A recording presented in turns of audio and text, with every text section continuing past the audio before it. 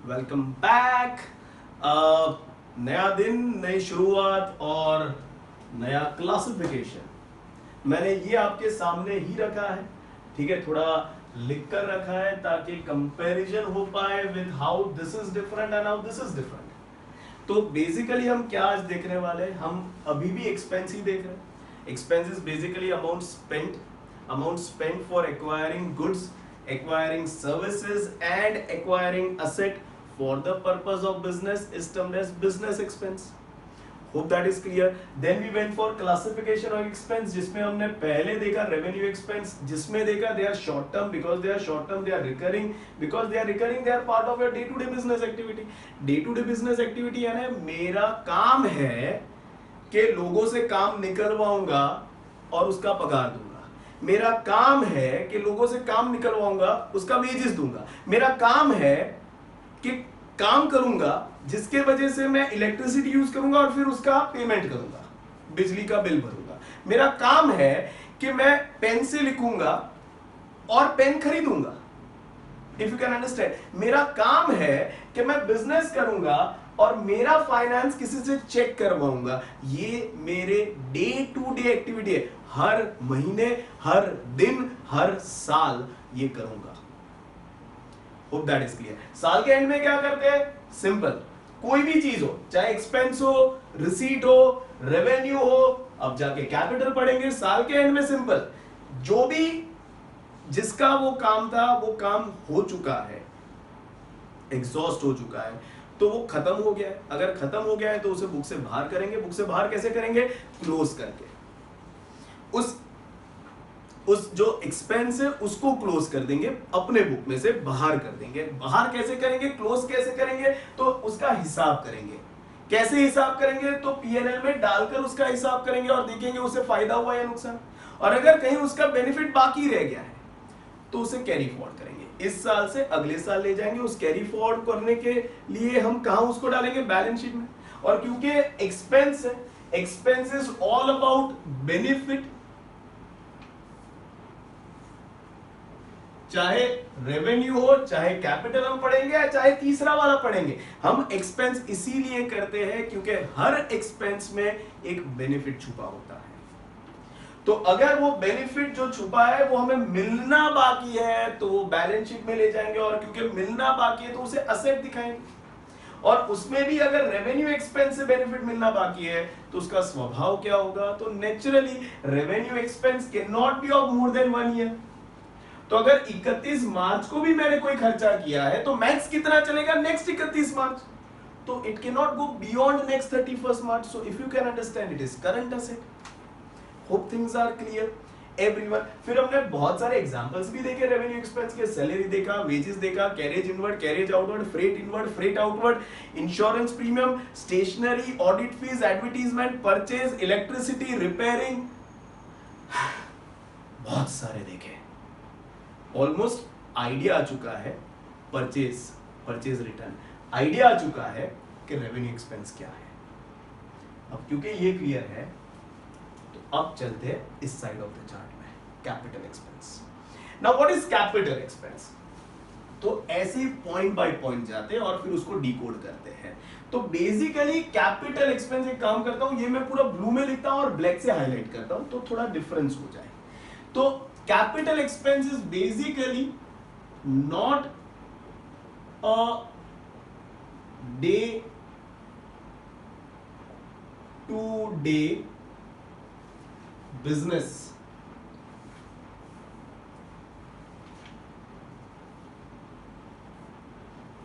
और I'll rather redraft it. I'll put it this way, वरना confusion आएगा तो आप गलत इंटरप्रेट कर लोगे। I'll say it is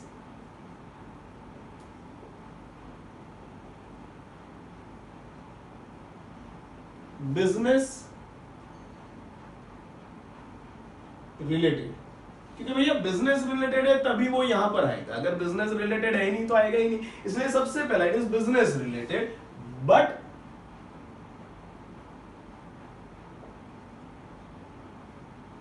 it is not day to day routine expense of business.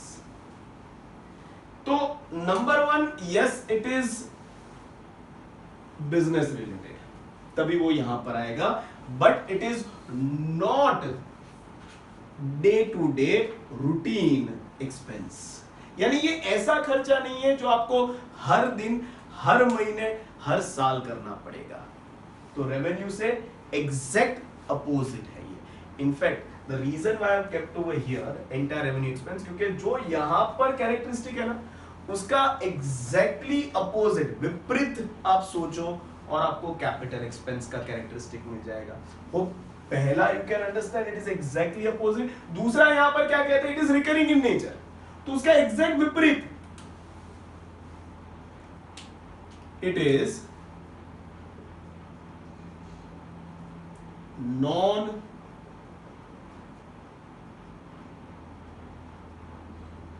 Recurring in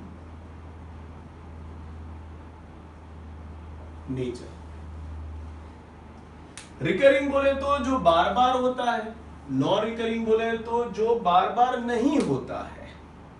hope that is clear. ये कम से कम साल में एक बार तो होगा ही, कम से कम। सैलरी जैसा अगर हुआ खर्चा तो साल में 12 बार होगा, क्योंकि हर साल देना पड़ता है। वेजेस 12 बार देना पड़ता है। स्टेशनरी शायद अगर हम 2 महीने में एक बार खरीदते तो 6 बार होता है। कैरियज मान लो हम साल में अगर 50 डिलीवरी लेते हैं तो 50 बार होता है। कैरियज आउटवर्ड मान लो हमने साल में 100 डिलीवरी दी तो 100 बार होगा। इंश्योरेंस प्रीमियम 1 बार होगा। इलेक्ट्रिसिटी हर 2 महीने में बिल आता है तो 6 बार होता है। एडवर्टीजमेंट साल में 1 बार मेरे जैसा बंदा करेगा। अगर मैं गाड़ी बेच रहा हूं तो जितने फेस्टिवल उतनी बार मैं एडवर्टीजमेंट करूंगा, तो मे बी 10-12 बार। तो इफ यू कैन अंडरस्टैंड, यहां पर रिकरिंग का मीनिंग ये होता है कि मिनिमम 1 बार तो साल में होगा ही होगा, मिनिमम। ज्यादा के लिए तो देयर इज नो लिमिट। अगर डेली वेजेस है तो 365 दिन होगा, क्योंकि आप हर रोज पे कर रहे हो। Hope things are clear. On the other hand, it is non-recurring in nature, यानी there is a possibility कि पूरा साल हो गया और ये खर्चा हुआ ही नहीं। 2 साल हो गए ये खर्चा नहीं हुआ, 3 साल हो गए खर्चा नहीं हुआ, 4, 5, 10, 12, 15, 20 साल तक ये खर्चा नहीं हुआ। It is non-recurring in nature। आप बोलोगे सर ऐसा कौन सा खर्चा है जो 20 साल तक नहीं करना पड़ता है? आते हैं। इनफैक्ट नेक्स्ट पॉइंट ही उसको क्लियर करेगा। It is non recurring in nature. सवाल बहुत सही है, सर ऐसा कौन सा खर्चा है जो 20 साल तक नहीं करना पड़ता है? तो सिंपल, ये इसलिए नॉन रिकरिंग है because it is long, rather it has long term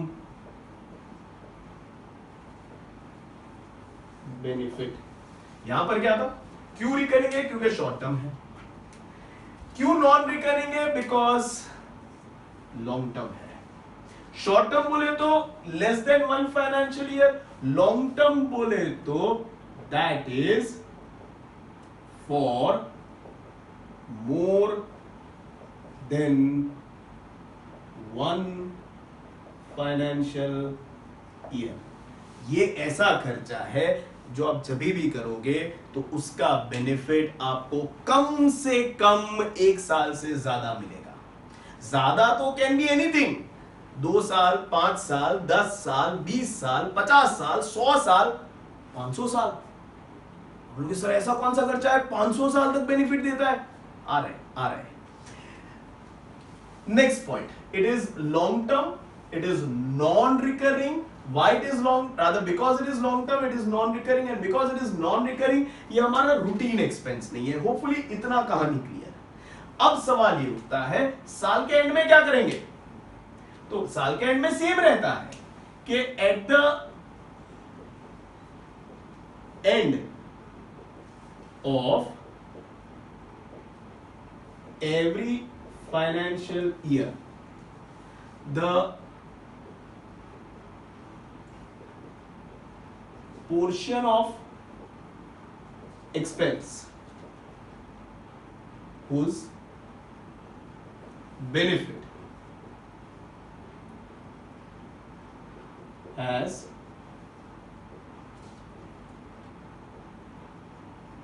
exhausted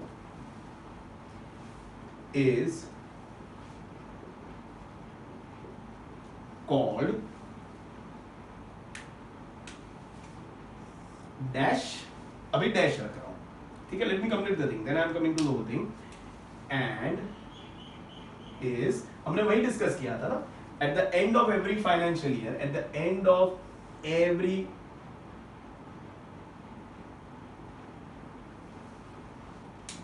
at the end of every financial year, the portion of expense whose benefit has exhausted, उसे क्या करेंगे, is called this, and ये क्या है उस पर मैं आता हूं, and is closed to, close करने के लिए अपने पास एक ही जगह है,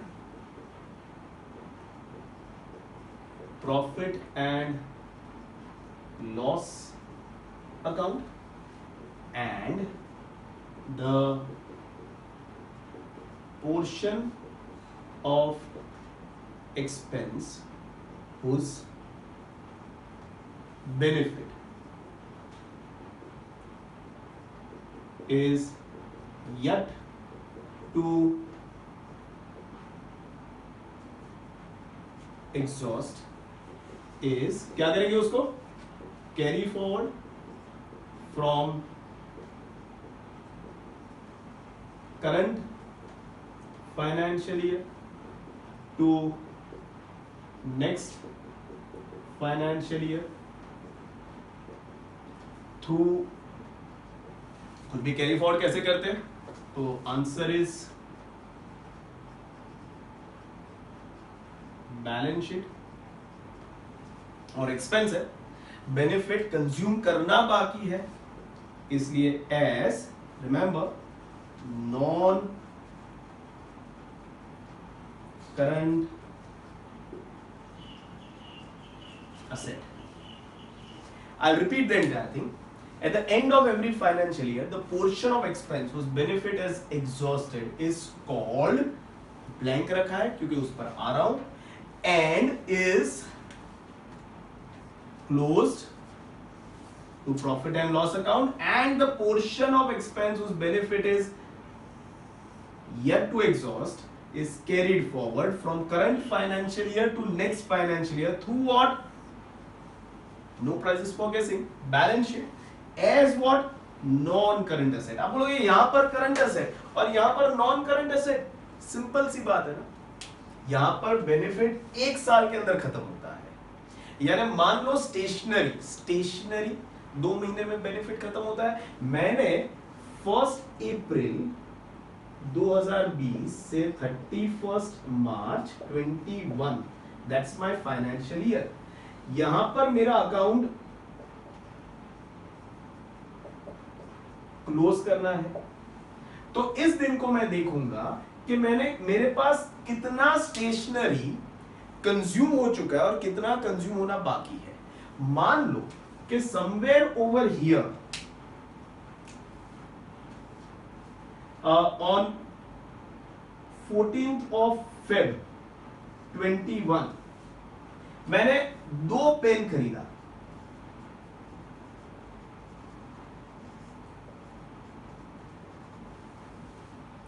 होप दैट इज क्लियर। अब आया 31 मार्च, अब मुझे एनालिसिस करना है कि ये 2 पेन में से कितने पेन का बेनिफिट खत्म हो चुका और कितना बाकी है। तो ये 2 पेन में से मान लो ये जो ब्लैक वाला पेन है उसका बेनिफिट खत्म हो गया है, और क्योंकि इसका बेनिफिट खत्म हो गया है तो इसको मैं बुक से बाहर करूंगा, क्लोज करूंगा, और क्लोज करने के लिए अपने पास क्या है, प्रॉफिट एंड लॉस अकाउंट। और ये जो ब्लू वाला पेन है वो अभी भी लिख पा रहा हूं, तो इसको मैं बाहर नहीं करूंगा, इसको मैं बुक में ही रखूंगा। तो इसको बुक में रखना है तो इसको अगले साल ले जाऊंगा कैरी फॉरवर्ड करूंगा through what balance sheet as what benefit मिलना बाकी है, तो एज योर असेट।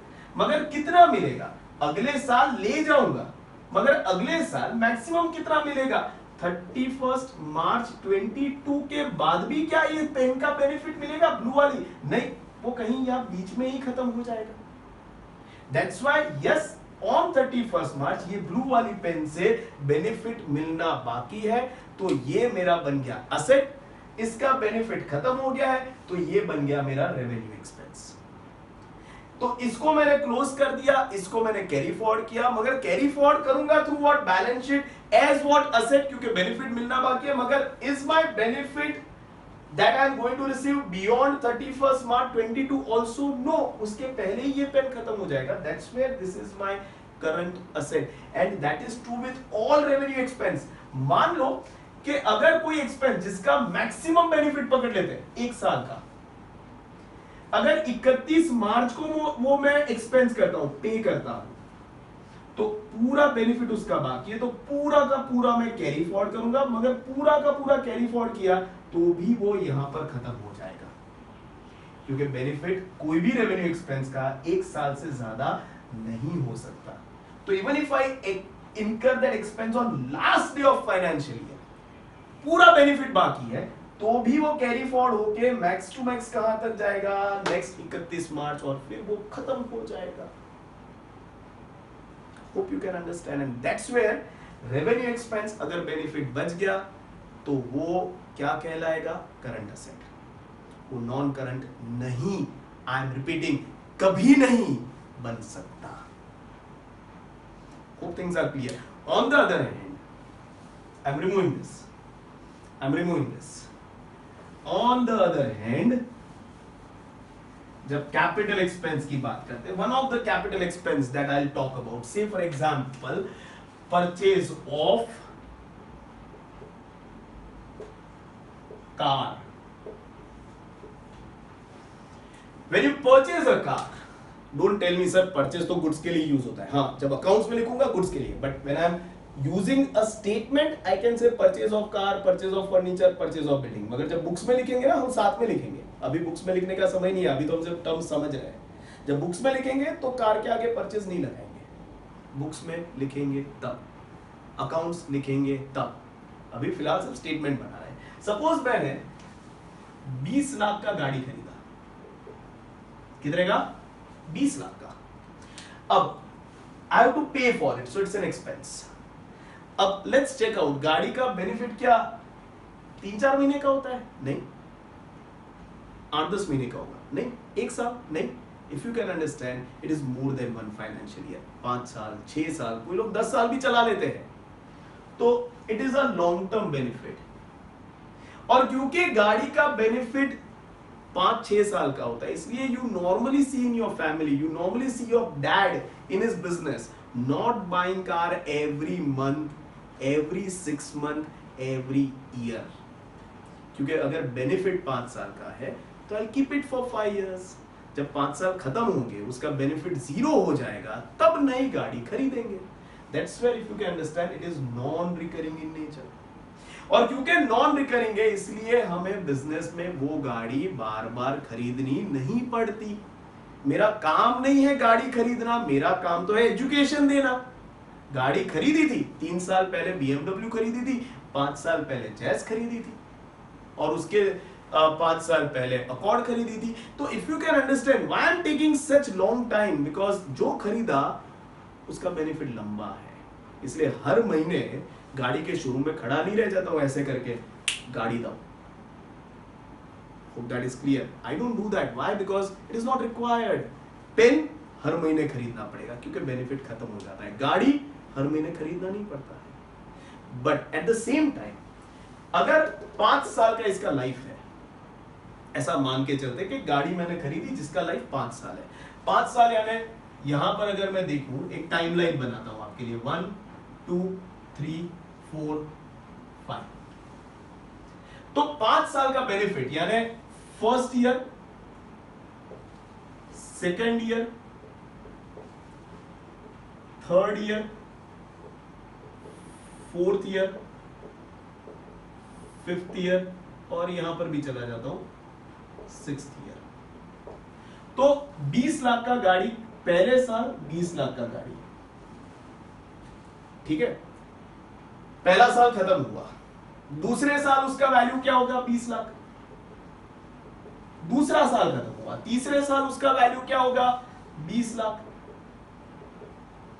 तीसरे साल मतलब चौथा साल 20 लाख, पांचवा साल 20 लाख और फिर छठे साल में उसका वैल्यू एकदम से हो जाएगा 0। यानी पहले साल मस्त गाड़ी चल रही है, दूसरे साल मस्त गाड़ी, तीसरे साल मस्त, चौथे साल मस्त, पांचवें साल मस्त, 6th year all of a sudden first day of the 6th year आप जैसे ही घर से बाहर निकलते हो आप देखते हो टायर वहां पड़ा है, आपकी स्टीयरिंग वहां पड़ा है, इंजन वहां पड़ा है। डू यू थिंक ऐसा होता है? नहीं।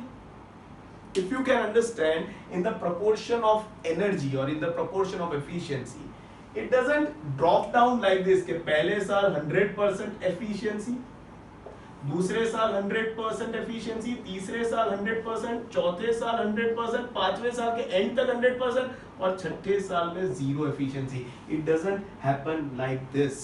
Remember, गाड़ी जब खरीदते हो तो हर साल थोड़ा थोड़ा थोड़ा करके उसका एफिशिएंसी कम होता जाता है।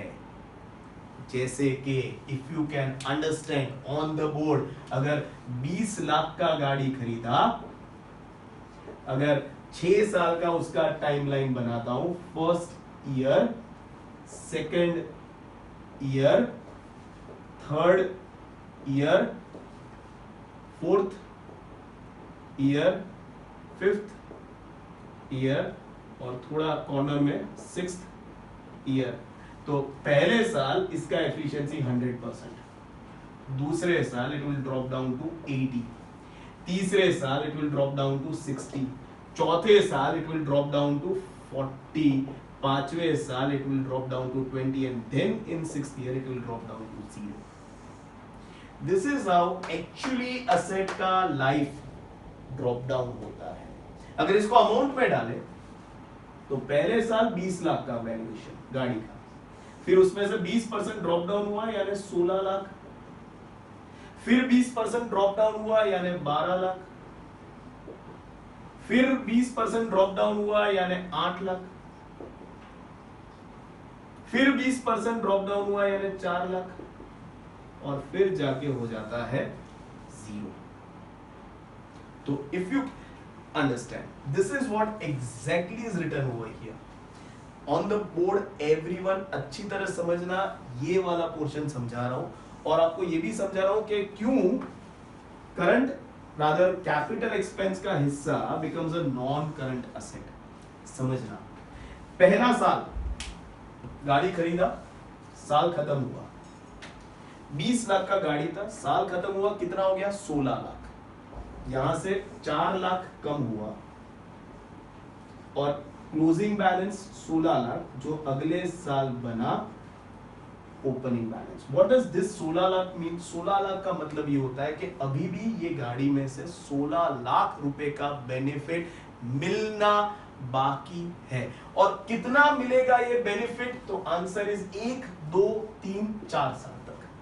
And that's why more than 1 year, so it is my non-current asset. Point number 1. Point number 2, ये जो 4 लाख का बेनिफिट खत्म हो गया है, इसे करेंगे हम close to E&M. At the end of every financial year, the portion of expense whose benefit has exhausted, that 4 lakh, is called, उस पर मैं आता हूं, and is close to profit and loss account. 4 lakh P&L में close करेंगे, 16 lakh carry forward करेंगे balance sheet में. दूसरा साल खत्म हुआ, यहां पर वंस अगेन 16 लाख पूरे साल यूज किया, इसमें से 4 लाख का बेनिफिट हम कंज्यूम कर चुके हैं, तो बचा कितना 12 लाख. ये जो कंज्यूम कर चुके हैं इसको हम क्लोज कर देंगे प्रॉफिट एंड लॉस अकाउंट में, और ये जो बाकी है उसको हम कैरी फॉरवर्ड करेंगे बैलेंस शीट में from current year to next year. अगर ये साल के एंड में अगर आप देखो तो 12 लाख क्या बता रहा है कि अभी भी ये गाड़ी में से 12 लाख रुपए का बेनिफिट मिलना बाकी है। कितना बाकी है? 1, 2 और 3 साल है। That's why more than 1 financial year, that's why it is termed as non current asset. Hope you are getting it. और ये 4 lakh portion of expense which is exhausted called as, उस पर बाद में आते हैं, and is close to profit and loss. क्यों? क्योंकि बेनिफिट ही खत्म हो चुका है, तो 4 लाख का हिसाब कर लो कि उससे फायदा हुआ या नुकसान, और हिसाब करने के लिए कहां डालेंगे? प्रॉफिट एंड लॉस अकाउंट में। जैसे ये तीसरा साल खत्म हुआ, वापस इसमें से 4 लाख का बेनिफिट हम कंसीडर करते हैं कि वो एग्जॉस्ट हो चुका है, तो बचा कितना? 8 लाख। अगर यहां से देखोगे तो what is 8 lakh? 8 lakh indicates के अभी भी तीसरे साल के एंड में इस गाड़ी में से 8 लाख रुपए का बेनिफिट मिलना बाकी है। क्योंकि मिलना बाकी है तो उसे कैरी फॉरवर्ड करेंगे। इसे कहते हैं कैरी फॉरवर्ड करना, इसे कहते हैं कैरी फॉरवर्ड करना, इसे कहते हैं कैरी फॉरवर्ड करना। इस साल से अगले साल, इस साल से अगले साल, इस साल से अगले साल, और इसको क्लोज कर देंगे। क्लोज कहां करेंगे? तो प्रॉफिट एंड लॉस में। इसको आगे नहीं जाने देंगे। As you can see 4 lakh यही रह गया, 8 लाख आगे चला गया। जो रह गया क्लोज कर दिया। कहां क्लोज किया? पीएनएल में। और जो रह गया उसे कैरी फॉरवर्ड किया कहां? बैलेंस शीट में। And how do I see this? कि अभी भी इसमें 8 लाख का बेनिफिट मिलना बाकी है। मिलना बाकी है तो असेट, और कितने साल तक मिलेगा? 1 और 2 साल तक। 1 साल से ज्यादा तो नॉन करंट असेट। होप समझ में आ रहा है। ऑन द सेम लाइन ये 8 लाख साल खत्म हुआ, कार यूज किया तो उसमें से बेनिफिट कंज्यूम कर लिया। कितना कंज्यूम किया? 4 लाख का। अब ये जो 4 लाख है ना, don't ask me that question sir पता कैसे चलता है 4 लाख। ये एक नंबर होता है, परसेंटेज होता है, जो यूनिवर्सली हम एक्सेप्ट करते हैं कि ऐसा माना जाता है कि 15%, 20% गाड़ी में से बेनिफिट कंज्यूम हो जाता है। होप दैट इज बिकॉज देख के तो पता नहीं चलेगा ना। There are lot many factors. Road पर डिपेंड करता है आप कौन से एरिया में रहते हो। रोड बुरे तो और ज्यादा एग्जॉस्ट होगा बेनिफिट। आप ड्राइवर बुरे हो तो और ज्यादा एग्जॉस्ट होगा। ड्राइवर अच्छे हो तो कम बेनिफिट एग्जॉस्ट होगा। रोड अच्छे तो कम बेनिफिट एग्जॉस्ट। आपका यूसेज कम है तो कम बेनिफिट एग्जॉस्ट होगा। तो it will depend from person to person. तो पर्सन टू पर्सन तो अकाउंटिंग हो नहीं सकता। So what we do is we generalize it, and this is not the generalize number. एक मैं तो आपको आइडिया दे रहा हूं, and as I always Rome was not built in a day. So wait for actual percentage क्या होता है for showing this fall, or you can say how asset gets exhausted, showing that उसको कैसे देखते हैं उसके लिए आएंगे। अभी सिर्फ आपको एक आइडिया दे रहा हूं। Hope things are clear। तो जैसे ये 4 लाख एग्जॉस्ट हो गया, बचा कितना? 4 lakh. What is this 4 lakh? यहां से अगर देखेंगे तो ये 4 लाख ये 4 लाख वो हिस्सा है जिसका बेनिफिट मिलना बाकी है। क्योंकि मिलना बाकी है तो इसको करेंगे carry forward through what? Balance sheet. Carry forward करने के लिए बैलेंस शीट। मगर इस बार अगर देखोगे तो कितना बेनिफिट दिख रहा है? सिर्फ 1 साल का। तो अब ये मैंने बताया था, अब यही कार जो अब तक नॉन करंट थी अब बन जाएगी करंट असेट, क्योंकि अब इसका बेनिफिट 1 साल के अंदर खत्म हो रहा है। और जो हिस्सा खत्म हो चुका है उसे क्लोज करेंगे प्रॉफिट एंड लॉस में, और उसका हिसाब कर देंगे। उसको आगे नहीं ले जाएंगे, वो वहीं पर अटक गया। Hope things are clear. जैसे ही 5वां साल होगा, 4 लाख का बेनिफिट एग्जॉस्ट हो गया, तो बचा कितना? 0। तो कितना कैरी फॉरवर्ड करेंगे? कुछ नहीं। और ये जो क्लोज हो गया उससे हम क्लोज कर देंगे प्रॉफिट एंड लॉस में। देखिए हिसाब सबका होना है। गाड़ी क्योंकि 5 साल का बेनिफिट दे रही है, इसलिए वो 20 लाख का हिसाब हम 5 हिस्सों में बांटते हैं। पहले साल 4 लाख का हिसाब किया, दूसरे साल 4 लाख, तीसरे साल 4 लाख, चौथे साल 4 लाख, 5वें साल 4 लाख, 4 5 20, पूरे 20 लाख का हिसाब किया। मगर वो 20 लाख का हिसाब 5 हिस्सों में बटा। क्यों? क्योंकि वो 20 लाख का बेनिफिट 5 साल तक चलता है, तो उसका हिसाब भी 5 साल तक चलेगा। Now coming to the point, ये जो 4 लाख है ना, जो हर साल कंज्यूम हो जाता है, वो कंज्यूम हो गया ना, उसे टेक्निकली कहते हैं, मैं ब्लैक से लिखता हूं, हाईलाइट करना है, उसे टेक्निकली कहते हैं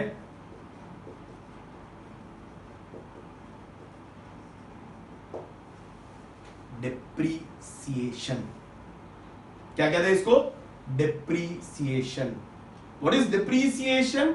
नाउ डेफिनेशन की बात करता हूं, जगह है नहीं मेरे पास, ऊपर ले लेता हूं। Depreciation is that part of capital expense which got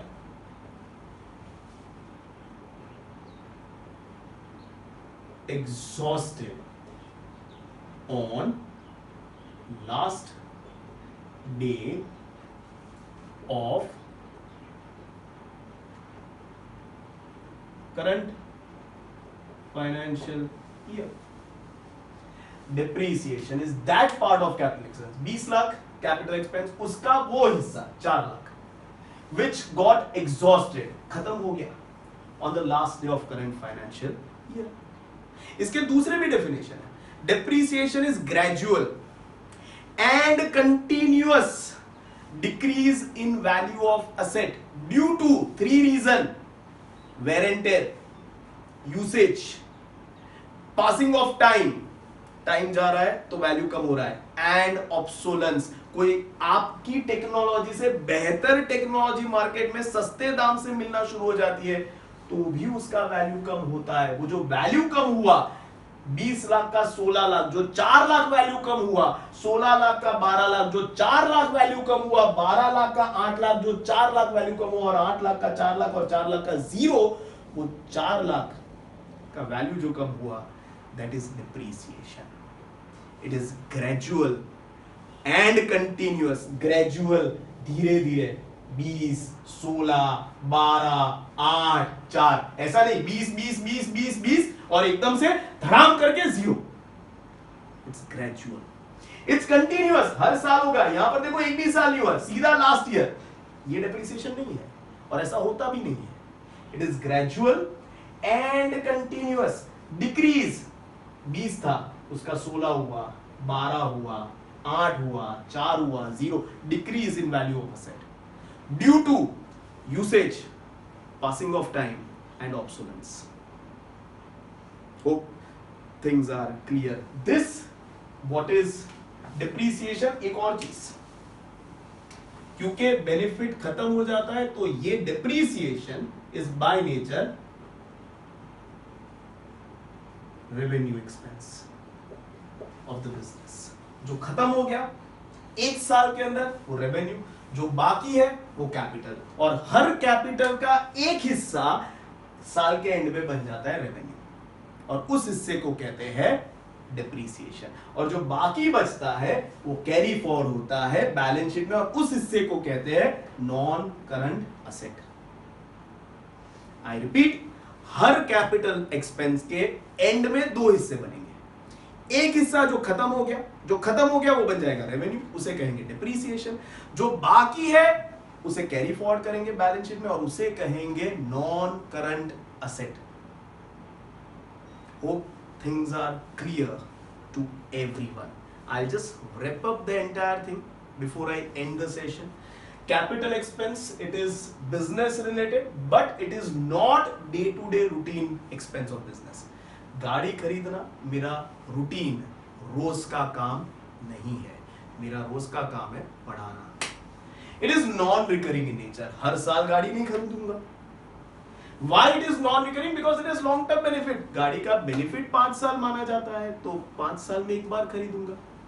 long term बोले तो for more than 1 5. At the end of every financial year, the portion of expense, ये 4 लाख, उस बेनिफिट is exhausted, खत्म हो गया है, is called as depreciation. Depreciation is that part of capital expense which got exhausted on the last day of current financial year. Second definition, it is gradual and continuous decrease in value of asset due to wear and tear, due to passing of time, due to obsolescence.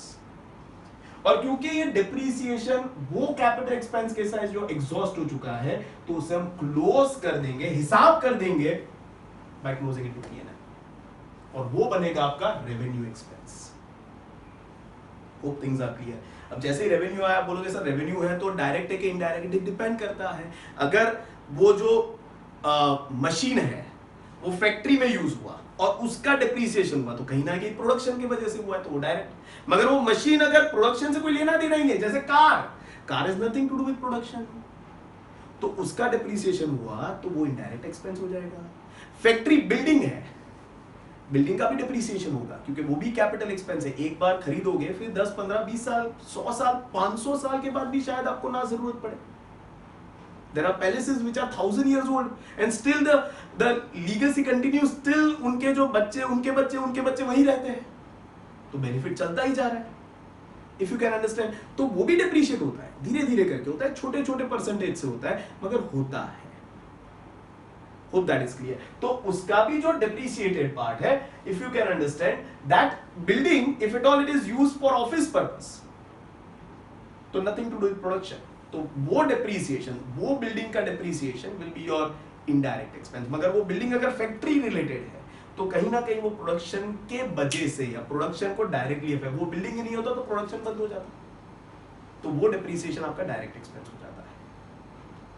Hope you are getting the connect everyone. आगे and the portion of expense उस benefit is yet to exhaust. ये 16 लाख, ये 12 लाख, ये 8 लाख, ये 4 लाख और फिर zero, मैं उसकी बात कर रहा हूं। is carried forward from current financial year, if you can see, carried forward,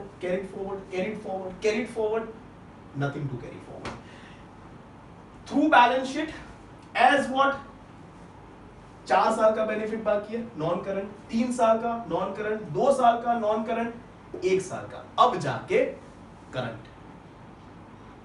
hope things are clear to everyone. कल के, आज बहुत इंपॉर्टेंट था ये सेशन, तो अगर नहीं समझ में आए 2 बार देखना, 2 बार में तो आ ही जाएगा। मेरे पर खुद का मेरा कॉन्फिडेंस है और मुझे थोड़ा बहुत आप पर भी है कि इतना तो समझ ही जाओगे। 2 बार देख लेना, अगर ना आए तो ये कंसेप्ट समझ लेना, ठीक है, और लिख भी लेना, ठीक है। आपको जैसे ही मैं यहां से हटता हूं, for 10 seconds I will give you a blank board, pause it, take down everything, note it down, and with this arrows and everything use different colors pen so that things are clear to you, ठीक है। 2 बार देखना, अच्छी तरह से देखना। कल के session में इसके एग्जांपल्स देखेंगे और समझेंगे कि कैपिटल एक्सपेंस वाकई में क्या है। Is it actually fulfilling all those example, are they actually fulfilling the criterias, ठीक है। और कल के सेशन में एक सवाल पूछूंगा, एक ऐसा कैपिटल एक्सपेंस बता दो जिसका बेनिफिट कभी एग्जॉस्ट होता ही नहीं है, चलता ही जाता है, चलता ही जाता है, चलता ही जाता है, वो कभी एग्जॉस्ट नहीं होता। सोचो सोचो, कल उस पर बात करेंगे, ठीक है। So that's where we end the session. Hashtag घर बैठे पढ़ो, stay home, stay safe, take utmost care of your mental and physical health. Bye.